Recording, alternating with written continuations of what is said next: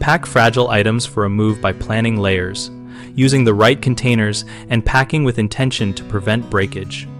Start by gathering quality materials, dish barrels or rigid corrugated boxes sized for dishes, multiple layers of bubble wrap, packing paper, packing tape, and labels.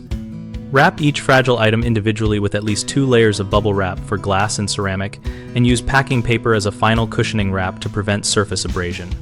Pack plates vertically like records, not flat, placing a felt or twisted paper pad between each plate and filling the box edges with crumpled paper so there is no movement.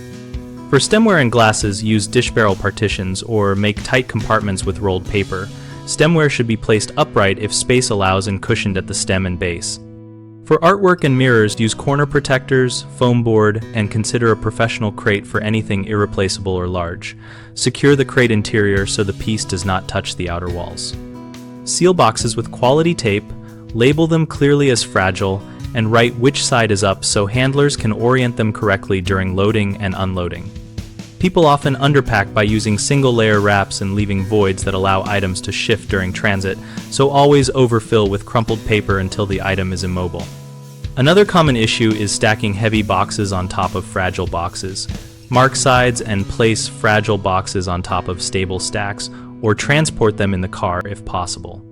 Finally, some movers do not handle unmarked boxes carefully because they do not know which boxes contain breakables. Use bold fragile labels and a colored sticker system so handlers can quickly identify priority boxes.